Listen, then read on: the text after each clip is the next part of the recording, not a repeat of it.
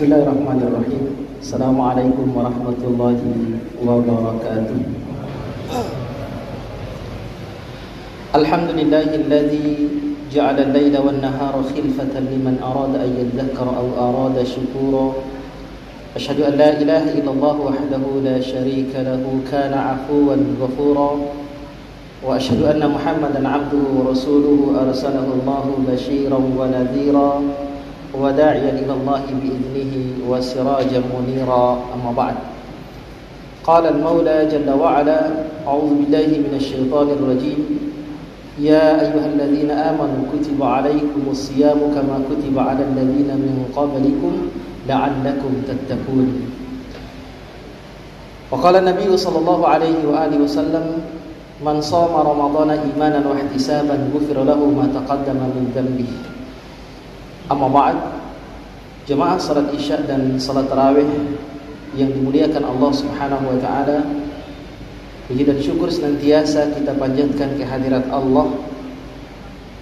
Alhamdulillah, sampai hari ini Allah Subhanahu wa taala memanjangkan usia kita hingga kita bisa berjumpa dengan bulan Ramadan, bulan ketaatan kepada Allah Subhanahu wa taala, bulan yang di dalamnya terdapat pelipat gandaan pahala kebaikan-kebaikan kita, dan bulan yang di dalamnya terdapat ampunan Allah Subhanahu wa taala yang maha luas atas seluruh dosa-dosa dan kesalahan kita. Nabi sallallahu alaihi wasallam dalam hadis riwayat Imam Tirmidzi dan Imam Ibnu Majah, beliau sallallahu alaihi wasallam bersabda, "Idza kanat awwalu lailatin min Ramadan suffidatis syayatin wa maradatul jin." Jika datang hari pertama di dalam bulan Ramadan, maka dibelenggulah pimpinan-pimpinan syaitan. Wa ghulliqat abwabun nar wa lam yuftah minha bab. Dan ditutup pintu-pintu neraka seluruhnya dan tidak ada satupun pintu yang terbuka. Wa futihat abwabul jannah wa lam yughlaq minha bab. Dan seluruh pintu surga dibuka oleh Allah Subhanahu wa taala dengan seluas-luasnya dan tidak ada satupun pintu surga yang tertutup. Wa yunadi munadin. Kemudian malaikat menyeru kepada orang-orang yang berpuasa, wa ya baghiyal khairi aqbil wa ya baghiyasy syarri aqsir. Wahai orang-orang yang gemar melakukan kebaikan, wahai orang-orang yang cinta terhadap kebaikan, ketika telah datang kepadamu bulan ketaatan ini, bulan yang diberkahi ini, maka sambutlah dengan sukacita. Tingkatkan semangat kita di dalam melaksanakan ketaatan kepada Allah Subhanahu wa taala. Karena Allah Subhanahu wa taala melipat gandakan pahala kebaikan-kebaikan kita di dalam bulan ini. Wa ya baghiyasy syarri aqsir. Wahai orang-orang yang gemar melakukan perbuatan dosa, ketika telah datang kepadamu bulan ampunan ini, aqsir, maka berhentilah dari perbuatan dosa. Beristighfarlah kepada Allah Subhanahu wa taala. Walillahi 'utaqa'u minan nar wa dzalika kullu lailah. Dan Allah Subhanahu wa taala menjaga hamba-hambanya dari api neraka, dan itu berlaku setiap malam di dalam bulan Ramadan. Jamaah yang dimuliakan Allah Subhanahu wa taala, maka salah satu bekal dan amal terbaik yang perlu kita persiapkan untuk menyongsong datangnya bulan ketaatan adalah dengan memperbanyak istighfar kepada Allah Subhanahu wa taala. Sebagaimana apa yang disampaikan oleh salah seorang ulama di Madinah, Syekh Muhammad bin Muhammad Al-Mukhtar Asy-Syinkiti, di dalam majlisnya di Masjid Nabawi, ketika ada salah seorang jamaah meminta nasihat, "Wahai Syekh, apa amalan yang kau nasihatkan kepada kami yang harus kami persiapkan untuk menyongsong datangnya bulan ketaatan, yaitu bulan Ramadan?" Kemudian Syekh Muhammad bin Muhammad Al-Mukhtar Asy-Syinkiti rahimahullahu taala, beliau mengatakan, di antara amal terbaik yang perlu kita persiapkan untuk menyambut datangnya bulan ketaatan ini adalah dengan senantiasa beristighfar kepada Allah Subhanahu wa taala atas dosa-dosa kita. Karena dosa akan menghalangi kita dari taufik Allah Subhanahu wa taala. Dosa akan menghalangi kita untuk melakukan ketaatan kepada Allah Subhanahu wa taala. Kenapa terasa berat kita untuk mengerjakan salat? Kenapa terasa berat kita untuk membaca Al-Quran? Kenapa terasa berat kita untuk berpuasa? Kenapa terasa berat kita untuk bersedekah? Itu karena dosa dan maksiat yang kita kerjakan. Maka bekal terbaik yang harus kita persiapkan menyambut datangnya bulan yang penuh dengan ketaatan ini adalah senantiasa beristighfar kepada Allah Subhanahu wa taala, karena di bulan ini Allah Subhanahu wa taala membuka pintu maghfirahnya seluas-luasnya bagi hambanya. Jemaah yang dimuliakan Allah Subhanahu wa taala, Allah Subhanahu wa taala pasti akan menerima taubat hambanya.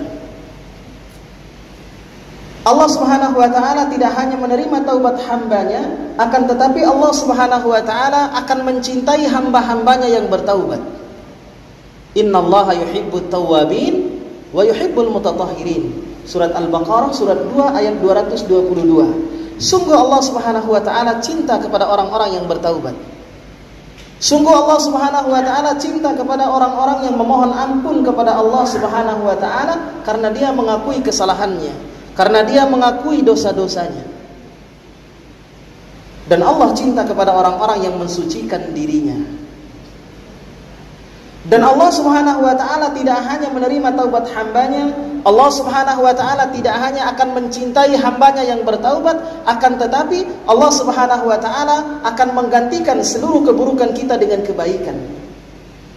Surah Al-Furqan surat 25 ayat 70. Allah Subhanahu wa taala berfirman, "Illa man taba wa amana wa amila amalan shalihan fa ulaika yubaddilullahu sayyi'atihim hasanat wa kana Allahu ghafurur rahimah." Kecuali bagi orang-orang yang bertaubat kepada Allah setelah dia melakukan dosa.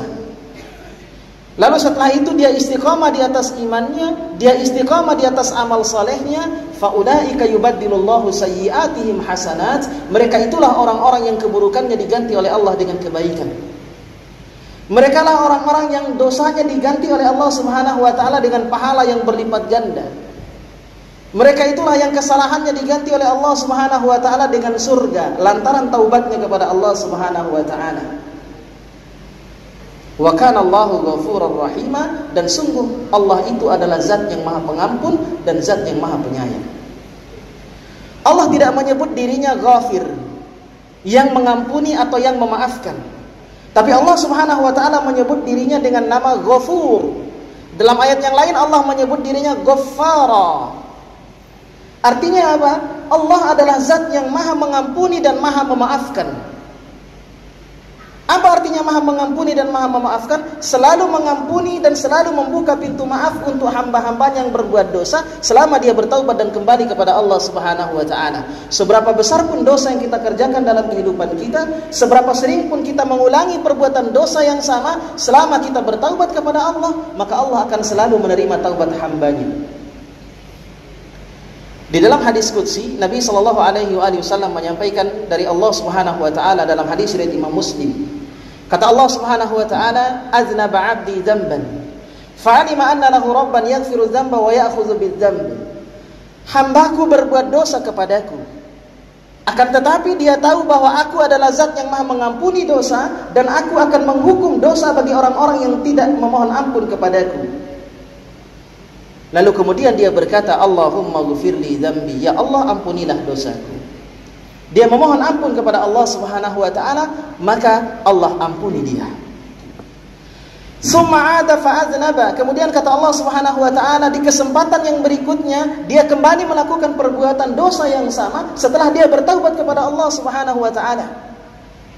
Fa'alima anna lahu rabban yaghfiru dzamba wa ya'khudhu bidz-dzamb. Namun dia tahu bahwa Allah adalah zat yang Maha mengampuni dosa, dan Allah akan menghukum dosa yang orang yang tidak bertaubat kepada Allah Subhanahu wa taala. Oleh karena itu, dia kembali memohon ampun dan bertaubat kepada Allah Subhanahu wa taala.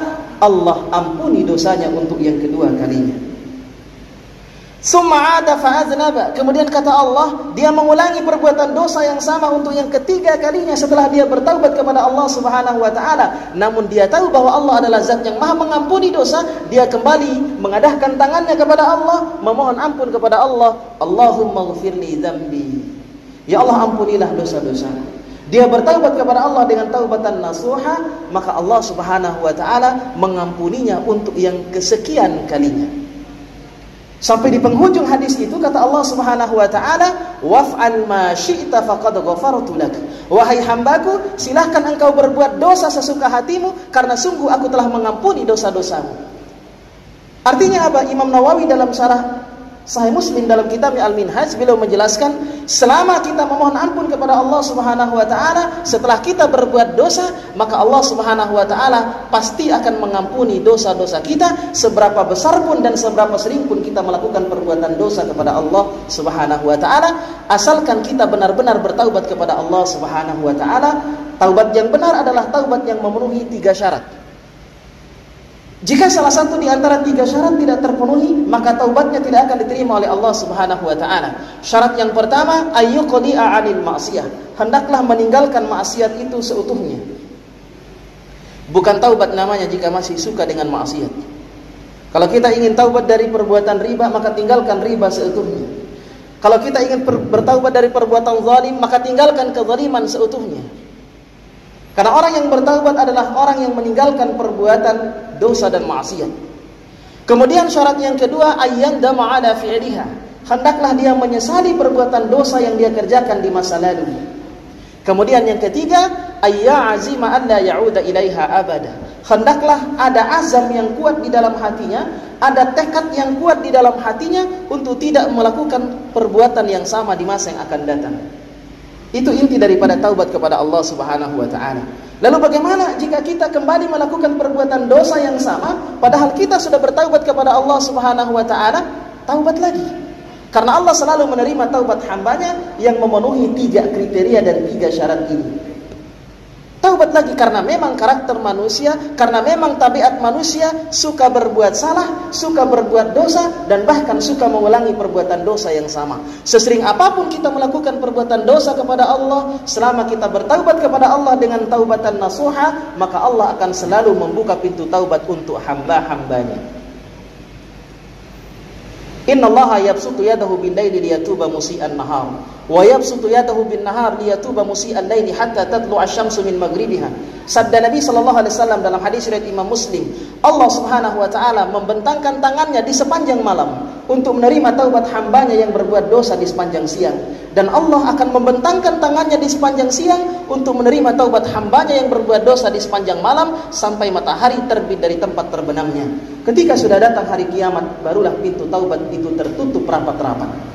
Sebelum hari kiamat terjadi, maka Allah Subhanahu wa taala selalu membuka pintu taubat untuk hamba-hambanya. Tidak peduli seberapa besar pun dosa yang kita kerjakan, seberapa sering pun kita mengulangi perbuatan dosa yang sama, selama kita mau kembali dan bertaubat kepada Allah Subhanahu wa taala, Allah akan mengampuni dan memaafkan dosa-dosa kita.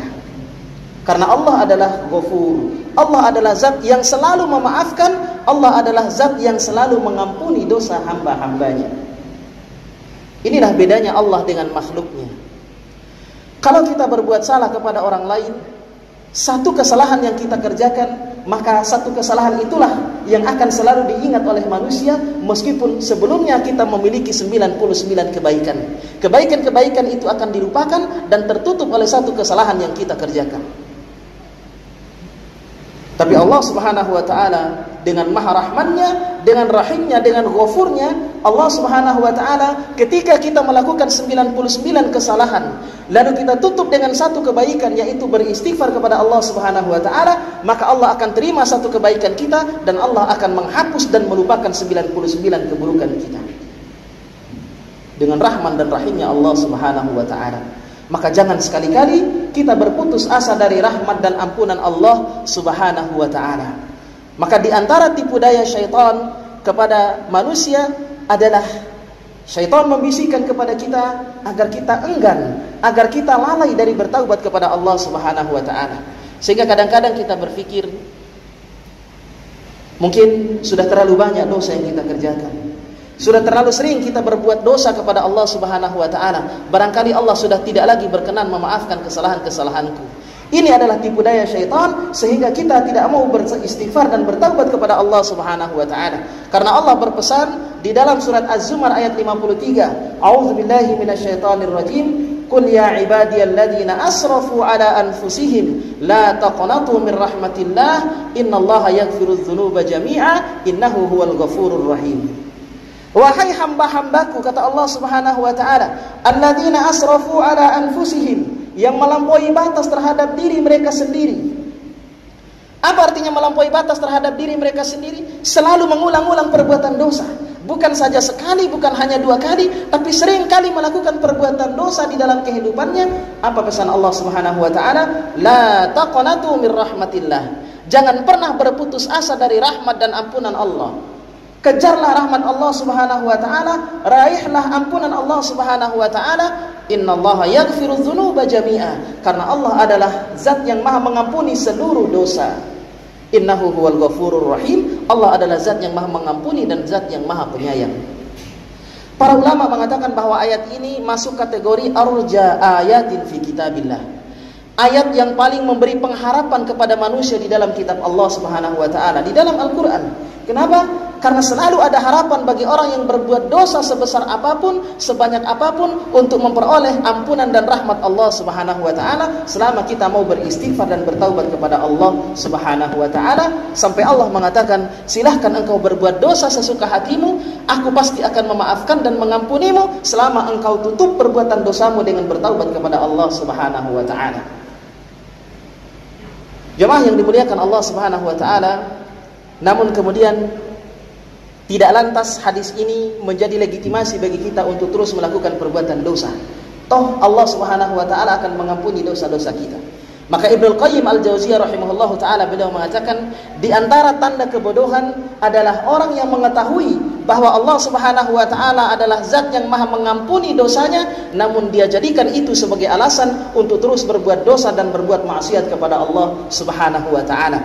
Maka orang yang beriman yang sesungguhnya adalah orang yang tidak hanya mengharapkan rahmat dan ampunan Allah Subhanahu wa taala, tapi orang yang beriman yang sempurna adalah orang yang juga takut terhadap azab dan siksaan Allah Subhanahu wa taala, takut berbuat dosa dan maksiat kepada Allah Subhanahu wa taala.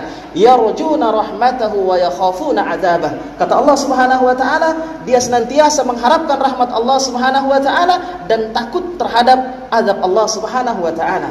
Karena mengharap dan takut ini merupakan 2 pilar kita di dalam beribadah kepada Allah Subhanahu wa taala. Di satu sisi kita harus memiliki sikap roja, penuh pengharapan terhadap pahala dan balasan baik di sisi Allah Subhanahu wa taala. Namun di sisi yang lain kita harus memiliki sikap khauf, artinya takut terhadap perbuatan dosa yang kita kerjakan. Kalau Allah Subhanahu wa taala suatu saat akan menimpakan azabnya kepada kita, jika tidak di dunia, maka Allah akan menimpakan azabnya di akhirat. Maka di bulan yang baik ini, di bulan yang penuh dengan ampunan ini, kita senantiasa beristighfar dan memohon ampun kepada Allah agar kita bisa lebih ringan dan lebih mudah di dalam melaksanakan ketaatan kepada Allah Subhanahu wa taala.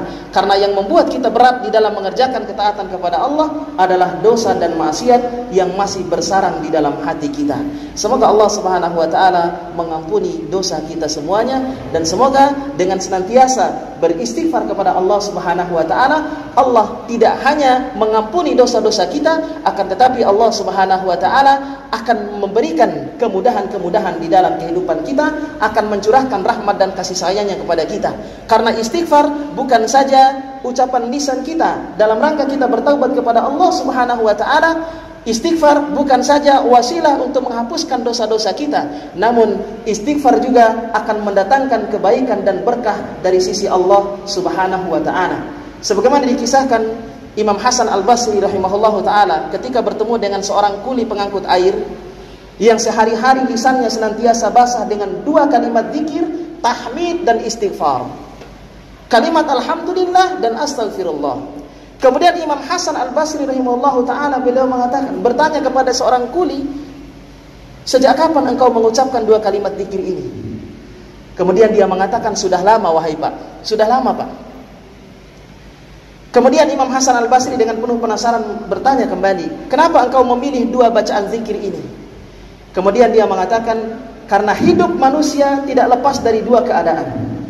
Yang pertama, keadaan di mana kita memperoleh kenikmatan dan kebaikan dari Allah berupa iman, Islam dan kesehatan, maka disitulah kita bersyukur kepada Allah dengan mengucapkan kalimat tahmid, alhamdulillah. Yang kedua, keadaan di mana kita lalai, keadaan di mana kita berbuat salah dan dosa dalam kehidupan kita, maka disitulah kita beristighfar kepada Allah Subhanahu wa taala. Kemudian Imam Hasan Al-Basri bertanya lagi kepada orang ini, lalu apa faedahnya engkau mengucapkan 2 kalimat zikir ini? Kemudian dia mengatakan, doa-doaku selalu diijabah oleh Allah Subhanahu wa taala. Jadi dengan beristighfar kepada Allah Subhanahu wa taala, maka segala apa yang menjadi hajat kita akan dikabulkan oleh Allah Subhanahu wa taala. Doa-doaku selalu dikabulkan oleh Allah Subhanahu wa taala. Namun ada satu doa yang selalu aku ucapkan, namun sampai hari ini belum dikabulkan oleh Allah Subhanahu wa taala. Kemudian dengan penuh penasaran Imam Hasan Al-Basri bertanya kembali, doa apa itu? Kemudian dia mengatakan, aku berdoa agar Allah Subhanahu wa taala mempertemukanku dengan seorang ulama yang sangat aku kagumi. Kemudian dengan penuh penasaran lagi Imam Hasan Al-Basri mengatakan, siapa ulama itu? Kemudian orang itu mengatakan, Hasan Al-Basri. Dia tidak tahu yang diajak bicara itu adalah Hasan Al-Basri. Kemudian Hasan Al-Basri memeluk orang itu lalu mengatakan, bersyukurlah kepada Allah Subhanahu wa taala karena seluruh doamu telah dikabulkan oleh Allah Subhanahu wa taala. Akulah Hasan Al-Basri. Maka orang itu tidak pernah putus untuk bersyukur kepada Allah Subhanahu wa taala. Maka Allah Subhanahu wa taala sebagai penutup berfirman di dalam surat Nuh ayat 10 dan ayat 11 dan 12, A'udzubillahi minasyaitonir rajim. Faqultu astaghfiru rabbakum innahu kana ghaffara. Dan aku berkata, kata Nabi Nuh, istaghfiru rabbakum, beristighfarlah kalian kepada Rabb kalian. Innahu kana ghaffara, karena Allah adalah zat yang maha mengampuni dosa hamba-hambanya. Yursilis samaa 'alaikum midrara, dengan istighfarmu Allah Subhanahu wa taala akan menurunkan hujan yang lebat yang penuh berkah dari langit. Wa yumdidkum bi amwalin wa banin, dengan istighfarmu Allah Subhanahu wa taala akan memberikanmu karunia berupa harta dan anak-anak keturunan. Wa yaj'al lakum jannatin wa yaj'al lakum anhara, dan dengan istighfarmu Allah Subhanahu wa taala akan memberikan kebun-kebun yang indah dan akan mengalirkan sungai-sungai bagimu. Maka dengan beristighfar kepada Allah Subhanahu wa taala, kita berharap Allah Subhanahu wa taala mengampuni dosa-dosa kita dan Allah senantiasa mencurahkan rahmat dan kasih sayang-Nya di dalam kehidupan kita. Hadanallahu wa iyyakum ajma'in. Subhanakallahumma bihamdik asyhadu an la ilaha illa anta astaghfiruka wa atubu ilaik. Kita lanjutkan dengan salat tarawih. Assalamualaikum warahmatullahi wabarakatuh.